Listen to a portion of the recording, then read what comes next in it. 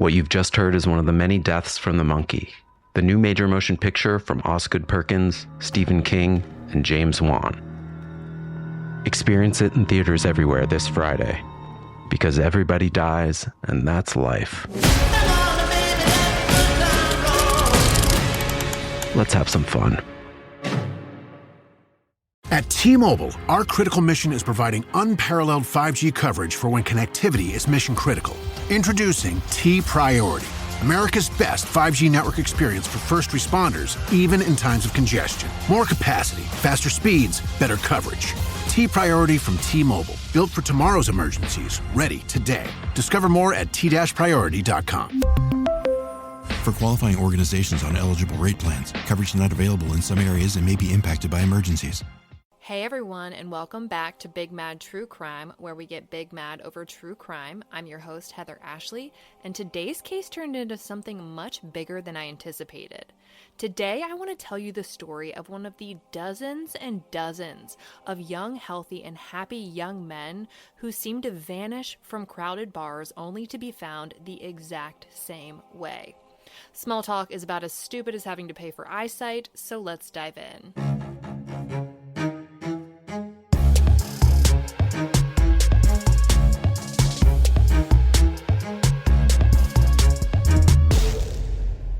Joey Labute was an even-keeled, mild-mannered, mid-20-something-year-old with a sassy sense of humor. His mother died from breast cancer when he was 9, and he arguably held the family together. His father told Columbus Alive that Joey handled it better than he did. And maybe that experience is what sparked the unbreakable bond he seemed to have formed with everyone in his entire family. His life was the real-life version of the show Parenthood, where aunts and uncles and cousins are as close as your brothers, sisters, and parents. They were all loving and nurturing and accepting. Joey was openly gay, and it had never been an issue. The only concern anyone ever had about who Joey loved was making sure they loved him as much as his family did. He graduated college from Ohio State University, skipped the dumpster fire stage, and went straight into the workforce. By 26, he was already working for Morgan Stanley. On Friday, March 4th, 2016, Joey went to Union Cafe in the Short North neighborhood of Columbus, Ohio, to celebrate his cousin Kyle having recently come out as gay. Kyle's then-wife was even a part of this celebration. That's the kind of family this was. It was a happy and liberating time in Kyle's life, and those who loved him were pumped to be able to celebrate this milestone with him. According to Kyle, Joey was in a great mood and having a blast that night. Columbus Alive reports that a little after midnight on the 5th, Kyle's wife Stacy started to feel a little under the weather, so they decided to leave. They had lost track of Joey, but the bar was unusually crowded that week due to the Arnold Classic being in town, so they just texted Joey to let them know that they were headed home. He didn't immediately respond, which was a little out of character, so one of their friends jumps in and starts texting Joey as well, but like his cousin, got no response. Their first thought was that he might have just gone home or to a friend's house, or maybe had just run into an old friend and lost track of time, so they let it go and they head home. By the next morning, the two men still had not heard back from Joey, though, and this is when they started to worry. Simultaneously and unbeknownst to one another, more friends and more family start to notice a lack of communication from Joey. His aunt, who was like a second mother to him, texted him on Saturday and got no response. A guy he had gone on a date with earlier in the night on Friday sent him texts on Saturday and Sunday to no avail. Now, one of these texts was, "Are you alive?" And this rubbed a lot of people the wrong way, but I have 100% sent that text before. His father and stepmother tried all throughout the weekend to call him, but at this point his calls were going straight to voicemail, and us crime sleuths know what that means. Everyone is collectively concerned, but Joey's also a grown-up. He's allowed to not respond in a timely manner. But come Monday, when Joey didn't show up for work, they knew something was really wrong and officially reported Joey missing. His car was found parked exactly where he had left it on Friday at the Thurber Gate Apartments where he used to live. He'd taken the parking pass with him when he left so he could still use it when he went downtown. Smart. It's a 20-minute walk to the bar, but like I mentioned earlier, the Arnold Classic was in town that weekend, which brings in 18,000 athletes itself, let alone the spectators, so parking would have been a real bitch. Now, it's worth mentioning that the Arnold Classic also happens to be known as the biggest human trafficking event in Columbus, Ohio. Obviously not due to all the fit people showing off their bods, but because of the massive crowd it draws in. Regardless, we know whatever happened to Joey happened between him walking away from his group of friends and his car. Everyone's natural next step from a night out is to go home, but Joey never did. Joey's car had not moved, his bank account had not been touched, and his phone was dead. Things are not looking good. His dad and stepmom drive up from Cincinnati to aid in the searches, and everyone gets together and starts handing out flyers with Joey's photo on it in the area surrounding the bar. Some friends would even just yell his name out in case somebody had him and he could hear them. I pulled up a map of this bar, and it's in a pretty busy area, but a mile's walk will put you at the Olentangy River, and while it's a mile from the bar, it's only about a block and a half from where Joey parked his car. I'm getting this sinking feeling that this is going to be another one of those cases where a perfectly healthy and normal male leaves a bar and is found in a river. If you haven't heard of the smiley face murders conspiracy, it may be the time to check it out. The Union Cafe offers up all of their security footage from the 14 cameras they have, hoping to help police find Joey, the manager telling NBC4i that if anyone wants him found, it's us in the community. Unfortunately, after reviewing the hours and hours of footage, police say that it was too grainy and they couldn't spot Joey not even once. On March 8th, police released a text that was sent from Joey to his friend Matt at 1:22 a.m. on the night he went missing. The text read, JNHSTIOJ. If you look at it, it kind of looks like it says Johnston, but drunk. It should also be mentioned that through some digging, I found out that he had sent a text to his friend Holly at 12:19 a.m. that read, "To help so GOO5. It's rumored that someone spoke to him on the phone at some point, only hearing "I'm driving," and then the line went dead, but I've never seen it officially substantiated. All of this could be nothing. It could be drunk typing, it could be him dropping his phone and catching it, but it's still something because it's the last communication anyone ever got from him. At this point in time, as always, the police say they don't suspect any foul play, but I'll wait. The rumor mill is going full throttle now, and people start talking about how patrons have been getting roofied around town. One said they were roofied the exact same night that Joey went missing. According to some Reddit users, complaints have been made about getting drugged at Union Cafe and at a club called Access, which is across the street. Both are LGBT friendly and known for their entertainment. Now, if Joey had been drugged, it might explain the gibberish text messages. Almost a week passes with no signs of Joey, so his family decides to set up a fundraiser in the hopes of hiring a private investigator. Obviously, a week feels like an eternity when your son is missing.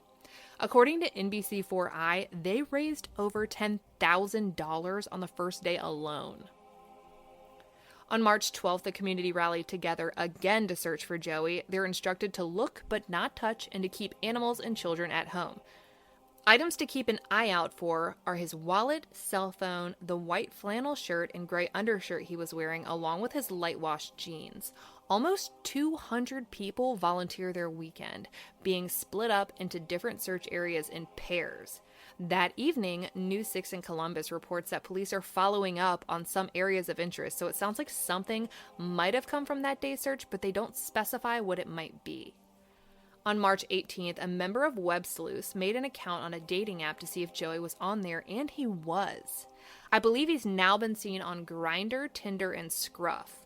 We learned in the Grace Mullane case that Tinder, and come to find out some other apps, will display the last location you were at when you logged in or before your phone was turned off.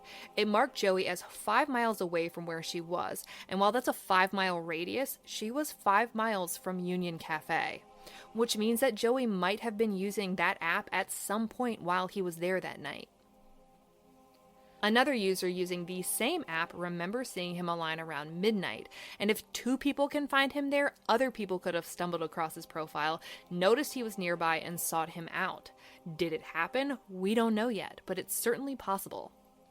Around March 21st, it's mentioned that authorities have asked Joey's family not to speak directly with the media anymore, and this seems to rub a lot of people the wrong way, But in my experience, this is usually due to the family being privy to information that's being held close to the vest. I know that a lot of people were frustrated with the slow progress of the Heather Saccone case, but Heather and her family were updated constantly with what was going on in the investigation. It just wasn't anything they were allowed to share with the public. Police generally don't want to risk family members accidentally releasing case updates that could jeopardize the integrity of the investigation. By March 26, police are still combing through CCTV footage from businesses anywhere between Union Cafe and the Thurber Gate apartments. The overall search seems to have gone pretty cold, though, and it's starting to worry locals. I mean, a full-grown man just disappeared from a crowded bar where he was with his family and friends, and there's still no sign of him almost a month later. It's a little concerning. But soon, an update comes, and it's not something anyone was hoping for.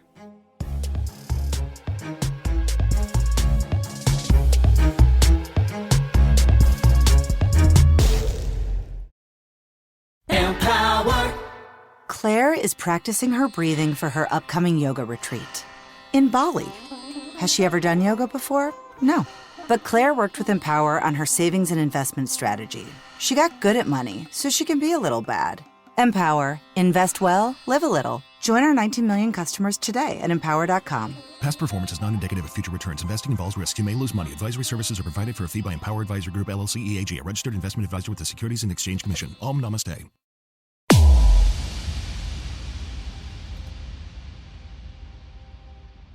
On March 29th, police report that during a routine patrol by the Special Victims Unit, the body of a male in his 20s was found in the Scioto River. The male was half submerged and fully clothed near the Whittier Peninsula, which is less than 3 miles from the Union Cafe. According to NBC4i, the man was caught in debris 6 to 10 feet from the bank of the river. The location where the body was recovered is what has police deeming this as suspicious. Frankly, I think a lot of this is suspicious. The identification of the male is unclear, as is the cause of death, so the autopsy is scheduled for Wednesday the 30th. The body was so badly decomposed that dental records would be utilized to make an ID. And while we wait for the results, News 6 reports that Joey's father is on the way to Columbus. Dental records are electronic and no visual ID could be made, so the fact that his family is driving 2 hours back into town from Cincinnati sounds like this may in fact be Joey. On March 31st, the coroner confirms everyone's worst fears that the man found partially submerged in the river is in fact 26-year-old Joey Labute. His father tells Columbus Alive, "That ended up being my bad night. That's when I had my meltdown. I let it all out." And the image of this crushes me, but he holds fast to the last text Joey ever sent him, telling him that he was the best dad that he'd ever had. NBC4 reports that Joey had been dead for at least 3 weeks, which would be 21 days, and that there weren't any obvious signs of injury like gunshot wounds or stab wounds. What I find most interesting, though, is what they leave out. They make no mention as to whether or not there was any water in Joey's lungs. If there was, he was alive when he hit the water, and drowning would be his cause of death. But his cause of death is still quote-unquote under investigation, so the silence seems to be saying that Joey was killed prior to being placed in the river. Later that day, an article is released by Dispatch.com that confirms my theory. The coroner states that there is a high probability that Joey was already dead when he went into the river, which means he didn't go into the river, he was put there. The Columbus police transferred Joey's case from missing persons to their homicide unit. Joey was murdered.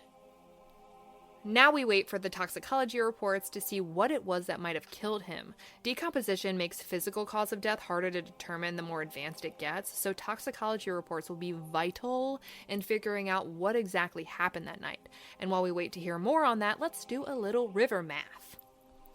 The Scioto River is 232 miles long and runs from New Hampshire, Ohio, south towards Portsmouth, Ohio, where it empties into the Ohio River. There's no easy way to gauge how fast a river can flow. Trust me, I tried to figure it out.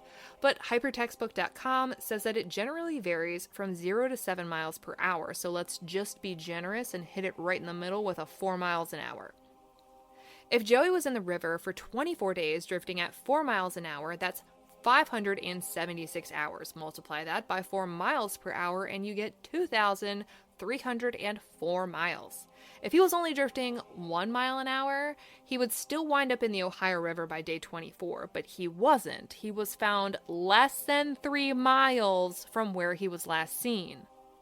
How did a man fall into a river, stay in it for 24 days, go unnoticed by anyone, and then wash up only 3 miles from where he would have allegedly fallen in? It makes no sense.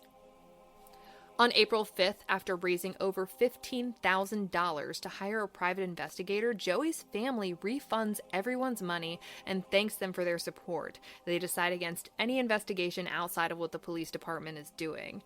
And this leads people down a lot of different paths. They wonder if they know something we don't. Is there an arrest pending? Do they think he committed suicide? Do they just simply trust the police department?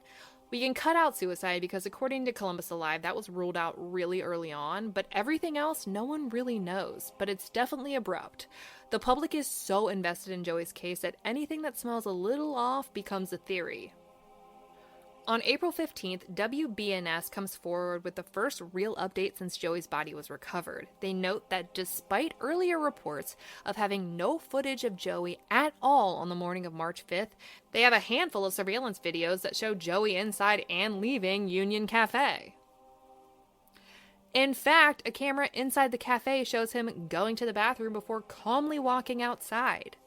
The photo of him leaving the bathroom was taken at 12:15 a.m. on March 5th. NBC4 says that it was taken 7 minutes before he left alone, making that 12:22 a.m. Joey sent the gibberish text at 1:22 a.m., so what happened within that hour? Police are now focusing on where Joey went after leaving Union and who may have seen him after. As we continue to wait for those toxicology reports to come back, Joey's obituary is released online and someone creates a fake account to sign the guest book with, "I guess Joey got his water." And what kind of pathetic troll-ass piece of shit do you have to be so miserable in your life that in the free time you do have, it's spent making a fake account to post something so dark and so negative on an obituary guest book that will ultimately be given to his family? But troll so hard aside, whoever this is had to have been closely following this case from the beginning and begrudgingly so. The fact that Joey was given a glass of water from his cousin, who assumed he'd left to grab another, is a really specific detail that was only discussed really early on and hasn't been mentioned much since. Could this be more than an asshole with too much time on their hands, or is it just that? It's really sad that we live in a world where it's hard to tell. The comment is ultimately traced in the off chance that it was more than just an asshole being an asshole, and whoever this asshole was made the comment from a public library computer. They didn't want the comment being traced back to their identity, so they went as far as to travel to a library and use one of their computers to post it.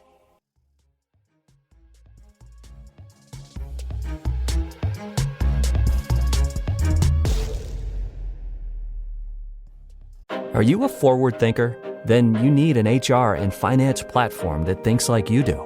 Workday is the AI platform that helps propel your organization, your workforce, and your industry into the future. Workday, moving business forever forward.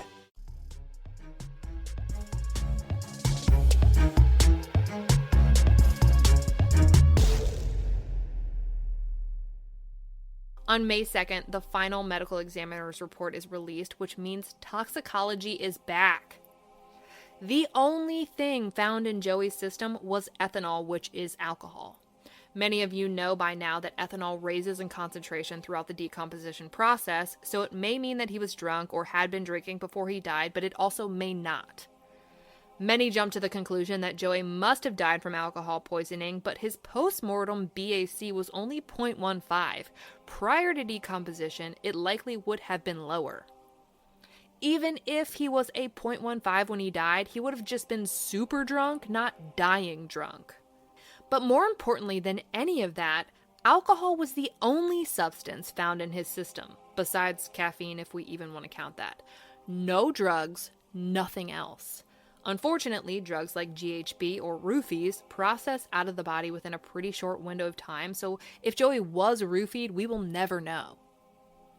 ABC6 reports that the final autopsy confirms that Joey was in fact dead before he entered that river and that no water was found in neither his stomach nor his lungs, which leaves his manner of death as undetermined. They cannot determine what caused Joey Labute's death. The only thing we know is that he vanished after leaving a bar. His last 2 communications were jumbled words and letters 1 hour after he was last seen. He died somehow, we don't know how, and then managed to wind up in a river. The river he floated almost nowhere to in 24 days before his body was discovered, being found less than 3 miles from that bar he walked out of at 12:22 a.m. on March 5th of 2016. His phone, keys, and wallet have never been found, not even a debit card or an ID. Certainly if he went into the river with them, they'd have shown up somewhere. This case seems to go radio silent with no updates from the police or media. That's until June. In June, police make an announcement that they believe that Joey left Union Cafe that night and got into a car with someone. They urge whoever that person is to come forward, and that if they don't, they will find them eventually. They believe he left the bar on purpose to meet someone close by, so was it someone from Grindr or Scruff or Tinder? I can only assume they subpoenaed those records to see who he had been talking with that day, but they still don't have a name? The theory makes sense, though. His friends and family were in the bar and he walked out without saying a word. It's certainly possible he was meeting a potential date and didn't want a casual meetup turning into a family affair. To this day, the Columbus Police Department says the investigation is active and ongoing, but have shared few details as to what that means. Every day, his father and stepmother wear 2 green bracelets, one that reads, "Bring Joey home," and another that says, "Justice for Joey." His car sits in his parents' driveway, his furniture in their home, and his cards and belongings give them a little peace keeping him around, but their hearts are shattered. They go on loving Joey for who he was and keeping that going, because while Joey's gone, it doesn't take away from the amazing man he was and the son that they love with their entire souls. Since researching Joey's case, I've come across dozens and dozens of cases with almost the exact same pattern. Young, healthy male in his prime goes missing from a bar only to be found in a river with no water in his lungs. I think you know what I'll be doing for the next week. For all maps and photos pertaining to his case, check out his highlight at the top of my Instagram profile at @theheatherashley, and join me on Instagram tonight at 9 p.m. Eastern for Crime Talk Live, where you go live with me and we discuss today's case. If you like your podcast ad-free, head over to our Patreon at patreon.com/BigMadTrueCrime, where for just $1 a month, your episodes are totally ad-free. If 4 episodes a month just isn't enough for you, for $5 whole a month, you get an exclusive episode available only to Patreon members on the first Monday of every month. And yes, anytime you join, you have instant access to all previous bonus episodes. I'll be bringing you a brand new case a week from today, and I cannot wait. But until then, we out.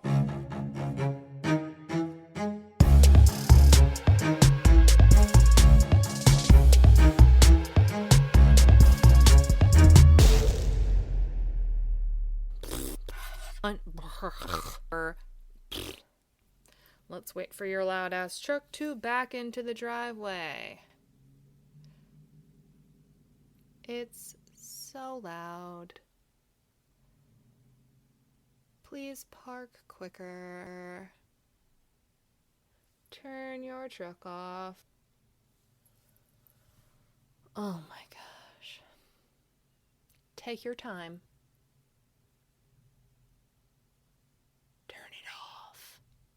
Thank you.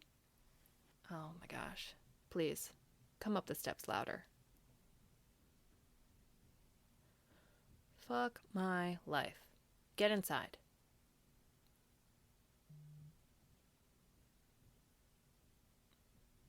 Let Brody come in, wreck the house. Shut the door loudly. Oh yeah.